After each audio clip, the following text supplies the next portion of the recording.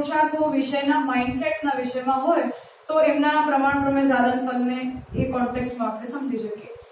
એટલે એ સંદર્ભમાં અહીંયા કેમ કે સુબોધની નથી મળી એટલે દરેક જગ્યાએ મહાપ્રભુજીના બીજા વચનોની હેલ્પ લઈને એને સમજવું મને જરૂરી લાગ્યું હતું. એટલે પહેલા શંભુજીની આજ્ઞાથી આ પ્રમાણ ચતુષ્ટયની જ્યારે સર્વે કર્યું ત્યારે એમાં કર્મ જ્ઞાન અને ભક્તિના સંદર્ભમાં જે વચનોની કોરોલરી આપણને મળે છે એને અહીંયા મેં લખી દીધી છે. જો સમય છે આપણી પાસે એને એક એક વચનનું ડિટેલ નહીં પણ ઓવરઓલ જો આને આપણે જોઈએ તો વેદ એ સમજાવી રહ્યો છે પ્રથમ ઋચામાં પેજ નંબર 5 ઉપર કે એ પુરુષથી જ રચા સામ યજુ દીક્ષા સંપૂર્ણ યજ્ઞ ઋતુ દક્ષિણા સંવત્સર યજમાન લોક અને જ્યાં સુધી ચંદ્રમા પવિત્ર કરે છે અને સૂર્ય તપે છે એ બધા લોકો ઉત્પન્ન થયા છે. તો આ કર્મ ત્યાં એ સમજાવી રહ્યા છે કે ઉસસે ही कर्म के अंगभूत बहुत से देव उत्पन्न हुए. તો કર્મ માર્ગના ભગવાનનો અન્વય એ વેદ આ રીતે સમજાવે છે. એટલે દક્ષ પ્રજાપતિનું યજ્ઞ એમાં દેવતાઓને આપવામાં આવેલું ભાગ એમાં રુદ્ર સાથે થયેલું એમનું કોન્ફ્લિક્ટ કે સતીનું જે દેહ ત્યાગ વગેરે જે આખું વૃત્તાંત છે એને આ કોન્ટેક્સ્ટમાં લઈએ તો ભગવાન જ એ રૂપમાં ક્રીડા કરી રહ્યા છે એવું એનું સંદર્ભ જોઈ શકાય. એ જ આજ્ઞા ગીતાજીમાં પણ ભગવાને કરી છે અને બ્રહ્મસૂત્રમાં પણ એ જ વાત સમજાવાય છે કે ઐહિક અને પારલૌકિક ફલ પ્રાપ્તિ ઈશ્વરથી થાય છે અને એકમાત્ર ભગવાન જ દરેક પ્રકારના ફલને આપવામાં શક્તિમાન છે. અને ભાગવત પણ એ વાતને સમજાવે છે કે જેમનું તત્વ મંત્રો દ્વારા જાણી શકાય છે, જે યજ્ઞ અને ક્રતુરૂપ અને મોટા યજ્ઞો જેમના અંગ છે એવા ઓમકાર સ્વરૂપ શુક્લ કર્મમય ત્રિગુણ મૂર્તિ પુરુષોત્તમ ભગવાન વરાહને હું વારંવાર નમસ્કાર કરું છું. તો આ યજ્ઞરૂપ ભગવાનનું નિરૂપણ છે. તો દક્ષ જ્યારે પોતાના ધર્મ પુરુષાર્થને કર્મના કોન્ટેક્સ્ટમાં અને કર્મની લાઇટમાં લેતા હોય ત્યારે એ કર્મને એમનામાં રહેલા ભગવત બોધની ભાવનાથી થયેલું માનીએ તો એમના ધર્મ પુરુષાર્થમાં ભગવાનની ભક્તિનું બેકગ્રાઉન્ડ આપણને સમજાય છે. અને એ જ આજ્ઞા શ્રી મહાપ્રભુજીએ પણ તત્વાર્ધિક નિબંધમાં એ રીતે જ કરી છે કે જે કોઈ પણ કર્મ છે એ એમનું ફલ આપવા માટે ત્યારે જ સમર્થ બને જ્યારે ભગવાન એ કર્મના વિષય બને. આ વચનોના અનુવાદ લખ્યા છે અને તમે લોકો એની ડિટેલ વાંચી લેજો. એનું નિષ્કર્ષ આપણે ખાલી અહીંયા જોઈ રહ્યા છીએ. હવે નેક્સ્ટ છે જ્ઞાન માર્ગ. જ્ઞાન માર્ગના સંદર્ભમાં પણ વેદ એ જ વાતને સમજાવે છે કે પ્રણવ ધનુષ છે, સોપાધિક આત્મા બાણ છે અને બ્રહ્મ એનું લક્ષ્ય છે. એટલે એમનું સાવધાનતાપૂર્વક વેદન કરવું જોઈએ અને બાણ કે સમાન તન્મય હો જાના ચાહીએ તો એનાથી બ્રહ્મરૂપ લક્ષ્યનું વેદન થઈ શકાય. તો આ જ્ઞાનનું પણ કોન્ટેક્સ્ટ સાધન ફલરૂપ ભગવાનને બતાવવું છે. ગીતામાં પણ એ જ વિષય છે, બ્રહ્મસૂત્રમાં પણ એ જ વાત અહીંયા સમજાવેલી છે કે ઉપાસના જો કોઈ જ્ઞાન માર્ગી કરતો હોય તો ભગવાનને પોતાના ઉપાસનાનો વિષય બનાવીને કરે તો એ જ્ઞાન માર્ગ સફળ સાધક બને છે. ભાગવતમાં પણ એ જ વાતને બતાવી છે અને જ્ઞાન નિષ્ઠા તદાગીય સર્વજ્ઞો હિ યદા ભવેત તે મહાપ્રભુજી પણ આપણને એ જ નિષ્કર્ષ બતાવી રહ્યા છે. નેક્સ્ટ ભક્તિ માર્ગનું છે. એમાં પણ ન્યાયવાદનો પ્રવચનને લભ્યો ત્યાં વેદ પણ એ વાતને બતાવે છે.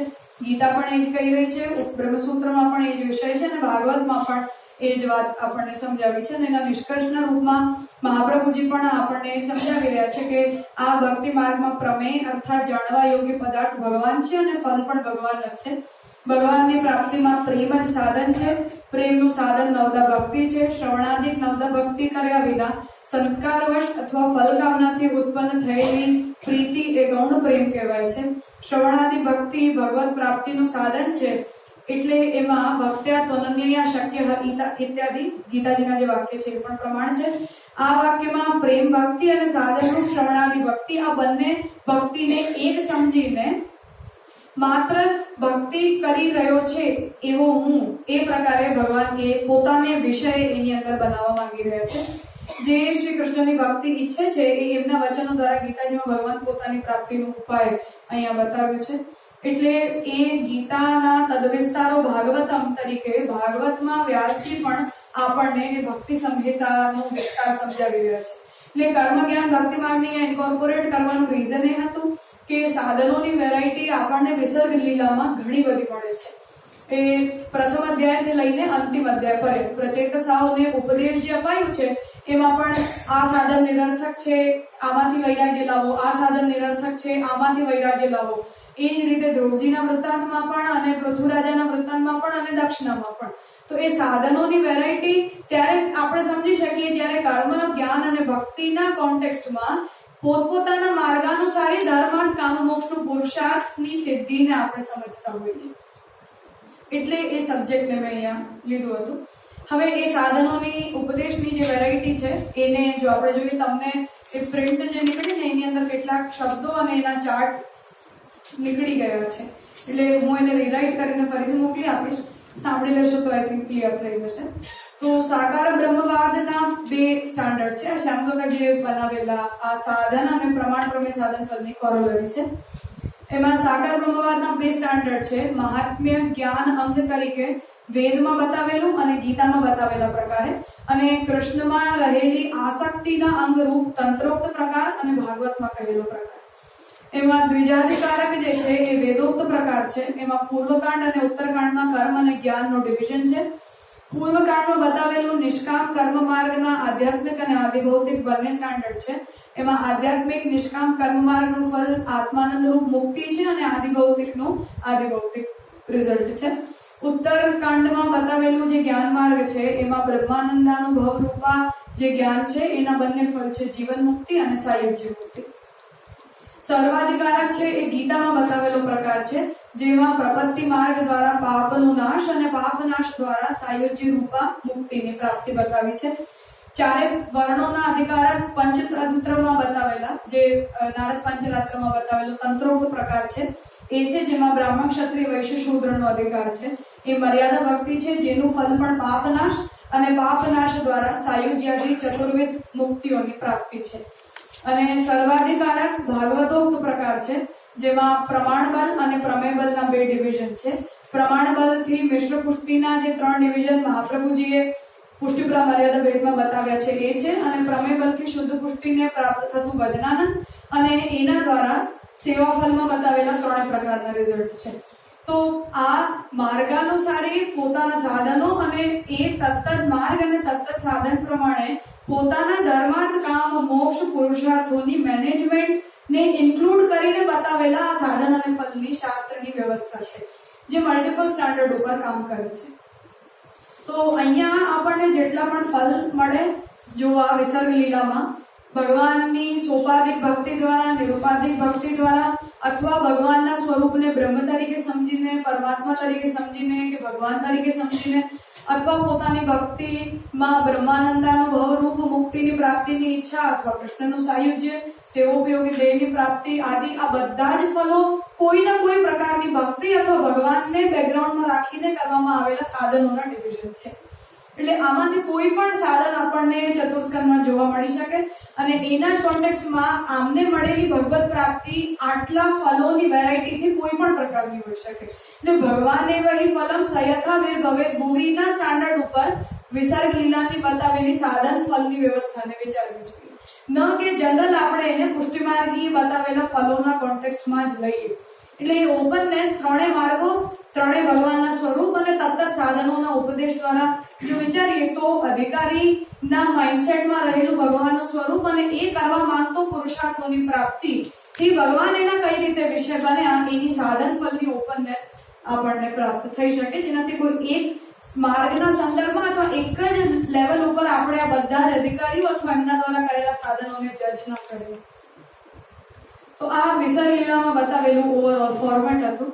એમાં છેલ્લે મહાપ્રભુજી જે કન્ક્લુઝન આપણને સમજાવવા માંગે છે એ છે કે વિસર્ગ લીલા આફ્ટર ઓલ ભગવાનની ભક્તિનો ઉપદેશનો વૃત્તાંત છે, અને જે રીતે પુરુષોત્તમજીએ ઉપક્રમ અને ઉપસંહાર ન્યાયથી આને કન્ક્લુડ કર્યું એ રીતે અહીંયા પણ એ વાત સમજાવાઈ રહી છે કે જ્યારે ભાગવતમાં જ વિદુરજીની ફિલિંગને આપણે જોઈએ વિસર્ગ લીલાના અંતમાં, તો વિદુરજી એ કહી રહ્યા છે કે મૈત્રેય મુનિ દ્વારા કહેલા ભગવાનના ચરિત્રની પવિત્ર કથાનું શ્રવણ કરીને વિદુરજી પ્રેમમગ્ન થઈ ગયા. ભક્તિભાવ સંપૂર્ણ શરીરમાં વ્યાપ્ત થઈ જવાથી નેત્રો દ્વારા આંસુઓના રૂપમાં એ બહાર પ્રકટ થવા લાગ્યું. હૃદયમાં ભગવાનના ચરણારવિંદનું ચિંતન કરીને વિદુરજી જે છે એ પોતાનું મસ્તિષ્ક જે છે એ મુનિવર મૈત્રેયજીના ચરણોમાં એમણે રાખી દીધું. તો સર્ગલીલા અને વિસર્ગ લીલાના શ્રવણથી વિદુરજીને થયેલી આ ભક્તિની ફિલિંગ છે, જેને મહાપ્રભુજી ભાગવતાર્થના કન્ક્લુઝનમાં એ રીતે સમજાવવા માંગે છે કે હરિ સર્વાત્મના સેવ્યો જ્ઞાત્વા મહાત્મ્ય માદરાત इत्यर्थः सकले स्कंदे तथा शिल्पेपि निश्चितः अल्पेप्यंशे इति अवांतर प्रकरणेषु अपि इत्यर्थः। એટલે કે આ સંપૂર્ણ ચરિત્રમાં ભગવાનની નિયામકતા, અન્વિતતા, ભગવાનના તાદાત્મ્યનો બોધ અને પુરુષાર્થો પ્રાપ્ત કરવા માટે સ્વયં એ પુરુષાર્થો માટે ભગવાનનો વિષય બનવું, પોતે જ ફલના રૂપમાં પ્રાપ્ત થઈને ભક્તો સાથે પ્રગટ થતી ભક્તિ લીલાના રૂપમાં જો આપણે એને સમજીએ તો વિસર્ગ લીલામાં કરાયેલો જે તત્વબોધ અથવા વૃત્તાંતનો બોધ છે એના દ્વારા ભગવત સેવા અને ભગવાનની ભક્તિમાં પરાયણ થવા રૂપ કર્તવ્યનો બોધ વિસર્ગ લીલા અને સર્ગ લીલા દ્વારા થઈ શકે છે। તો મહાપ્રભુજી વિસર્ગ લીલાને આ રીતે કન્ક્લુડ કરવા માંગે છે।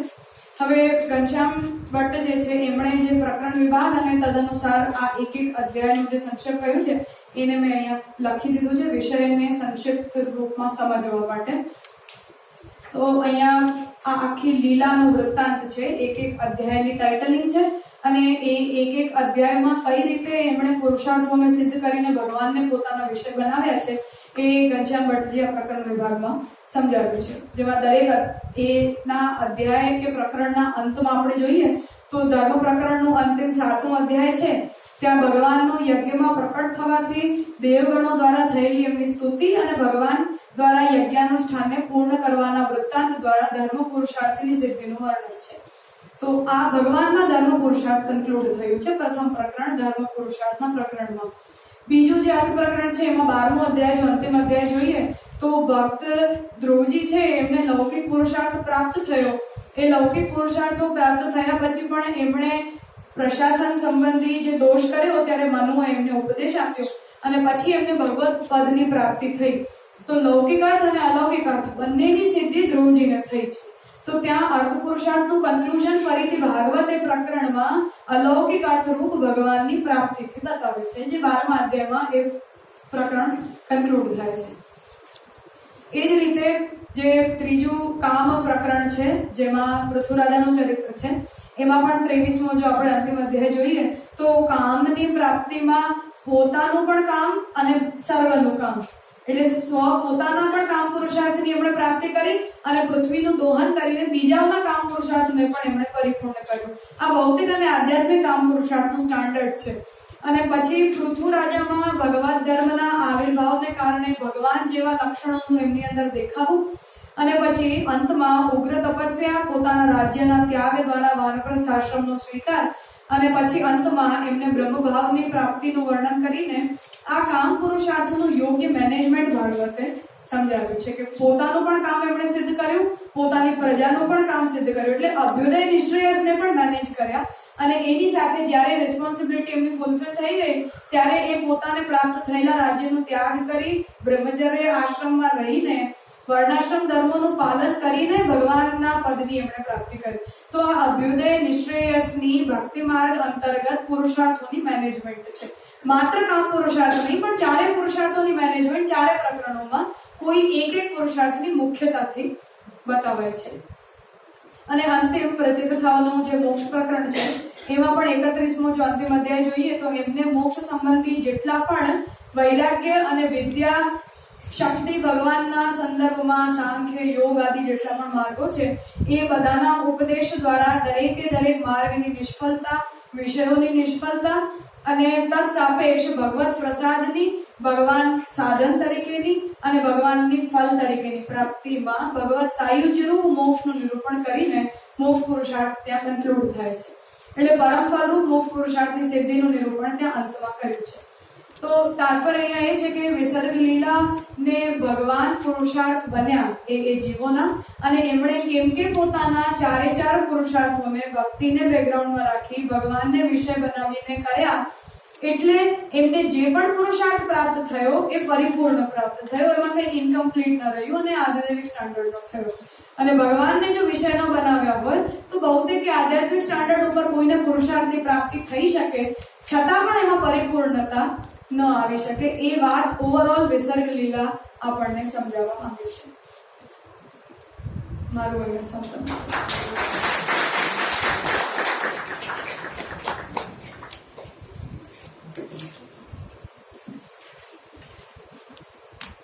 કાલે આપણે સિદ્ધાંત મુક્તાવલીના પ્રકરણમાં 36 તત્રેવ દેવતા મૂર્તિ. મૂર્તિ પ્રકરણમાં આપણે એવા જોયું કે મૂર્ત એટલે અભિવ્યક્ત, કે ઇન્દ્રિય ગોચર થવું, એવું રૂપ કે જે ઇન્દ્રિય ગોચર બને. જે ઇન્દ્રિય ગોચર ન હોય તે અમૂર્ત. તો જેમને પણ ચતુર્થ સ્કંદનું પ્રત્યેક અધ્યાયનું અનેક વખત આવર્તન કર્યું હોય એમને તો હવે ભાગવતા મૂર્ત થઈ ગયો હશે. જેમને નહીં હોય એ જાતનો અભ્યાસ તો આટલા દિવસ જ્યાં સુધી આપણે કરી રહ્યા છીએ ચિંતન, એ સાંભળશે તો કદાચ અંતે થાય. આ એબ્સ્ટ્રેક્શન જેવું છે. સ્કંધાર્થ કે અધ્યાયાર્થ અને પ્રકરણાર્થ એવું છે કે જ્યાં સુધી આપણે તે સ્થળ સુધી પહોંચીને એનું અનુસંધાન ન કરીએ ત્યાં સુધી એનો અર્થ પાછળ રહે છે, અને એનું અનુસંધાન થઈ જાય તો અર્થ આપણને ઝલકવા લાગી જાય છે, ભૂત થઈ જાય. એટલે જ્યારે ભાગવત ચિંતનનો ક્રમ આરંભ થયો ત્યારે ભાગવતના અધ્યયનની શું પદ્ધતિ હોવી જોઈએ મોટી માર્ગની, એનો વિચાર કરતા જે શાસ્ત્ર સ્કંદ પ્રકરણાર્થની એક નાનકડી પુસ્તિકા આપણે પ્રકાશિત કરી હતી એની ભૂમિકામાં એ વાતનો ઉલ્લેખ કર્યો હતો કે આપણે જ્યાં સુધી આના પાછળ રહેલો અર્થ સમજમાં આવી ન જાય, એટલે પ્રકરણ વાંચતા પ્રકરણાર્થ ન સમજમાં આવી જાય, સ્કંદ વાંચીએ ત્યાં સુધી સ્કંધાર્થ આપણને મૂર્ત થવા ન લાગી જાય, ત્યાં સુધી હજી આપણે તેને નથી સમજી શક્યા, જાણવું જોઈએ. તો અત્યારે આપણને એક વિહંગાવલોકન આપણે કર્યું. હવે પક્ષી બહુ ઊંચાઈથી જેમ જુએ અને પછી પોતાનો મનગમતો વિષય મળે ત્યાં પોતે ફરી પાછું નીચે આવે, એમ હવે પ્રત્યેક અધ્યાયને એના પ્રકરણનું અનુસંધાન રાખતા આપણે ચિંતન કરીશું તો પછી મેથેમેટિક્સ જે અત્યારે નિરૂપણ કર્યું એને ઓર વધારે મૂર્ત રૂપથી આપણે સમજી શકીશું. એટલે તત્રૈવ દેવતા મૂર્તિ, એટલે દેવતા મૂર્તિ ત્યાં જ છે, પણ ભક્તાયા દ્રશ્ય દેખ પછી આ વેદ બુદ્ધિ થાય એમાં એના આધિભૌતિક, આધ્યાત્મિક અને આદિદેવિક ત્રણેય રૂપોમાં, તો ભક્તિથી કોઈ વિરલ વ્યક્તિ હોય એના સન્મુખે દેવતા મૂર્તિ પ્રગટ થઈ શકે. તો એ જાતની આપણે પણ અવેદ બુદ્ધિનો પ્રયત્ન કરીએ અને એ દેવતા મૂર્તિને પ્રગટ કરવાનો પ્રયાસ કરીએ. તો ખૂબ અભિનંદન કે બહુ પરિશ્રમથી લેખિત રૂપમાં છે, બધાને ઉપકારક પણ થશે. જે અલગ અલગ ઋતુ છવાયું છે એને સંકલિત કરીને આપ્યું છે તો બધાનો ઉપકાર થશે. અને આમાં જે પણ એની તાલિકાઓ છે, એની રેખાઓ અસ્ફુટ છે, એને બધા એક વખત જોઈ લેજો. મોબાઈલમાં કદાચ પીડીએફમાં આવી છે કે નહીં,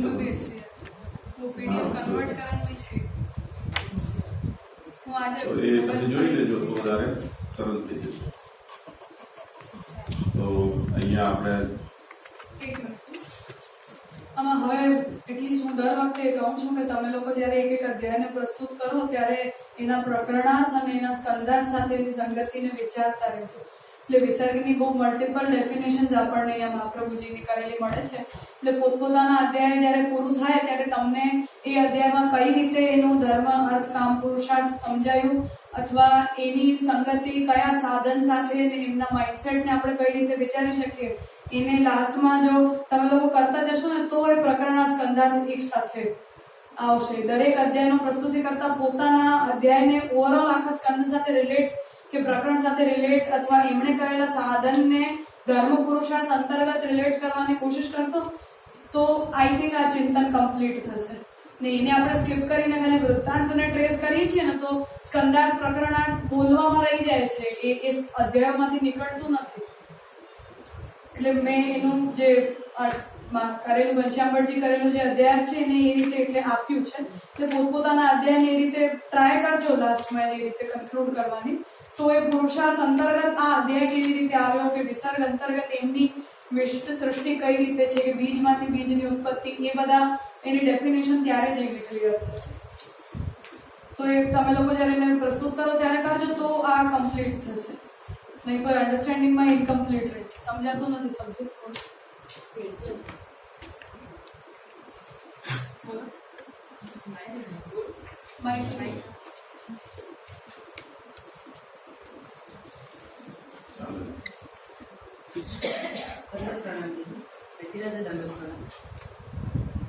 આપે જે આ વિસર્ગનું નિરૂપણ કર્યું ને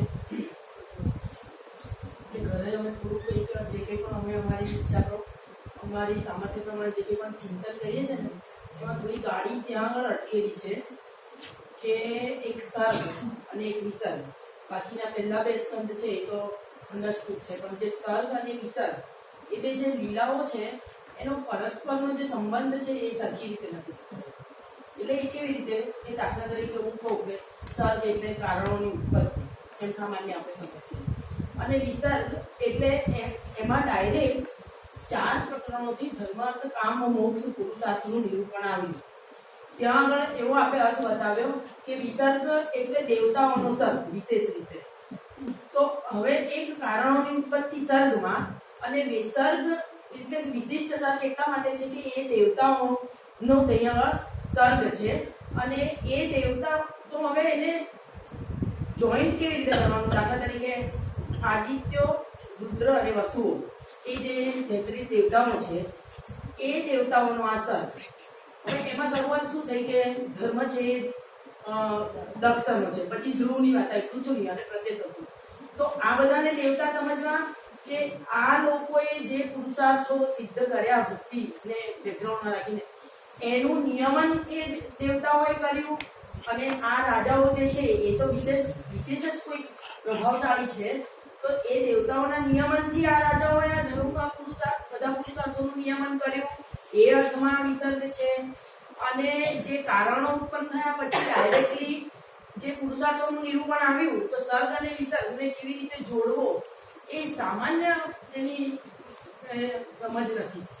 બાકી જે તમે સમજાયું એ મને એમાં એ સમજાય છે કે આદિત્ય, રુદ્ર અને વસુ આ 31 દેવતા, ઇન્દ્ર અને પ્રજાપતિ મળીને 33 દેવતાઓની કોટી છે. એમાં ઇન્દ્ર અને પ્રજાપતિ અલગ થઈ ગયા, જેમાં પ્રજાપતિ દક્ષ બન્યા અને ઇન્દ્ર એ નિયામક બન્યા આ આખી દેવ સર્ગનું. પ્રજાપતિ દક્ષ બન્યા, દક્ષ પ્રજાપતિ છે એ 32માં, અને 33માં ઇન્દ્ર છે જે આ દેવ સર્ગનું અધિષ્ઠાતા છે. બ્રહ્માજી એ એમના ઓર એક સ્ટાન્ડર્ડ ઓર એમના નિયામક છે. હવે એક આની 31 દેવ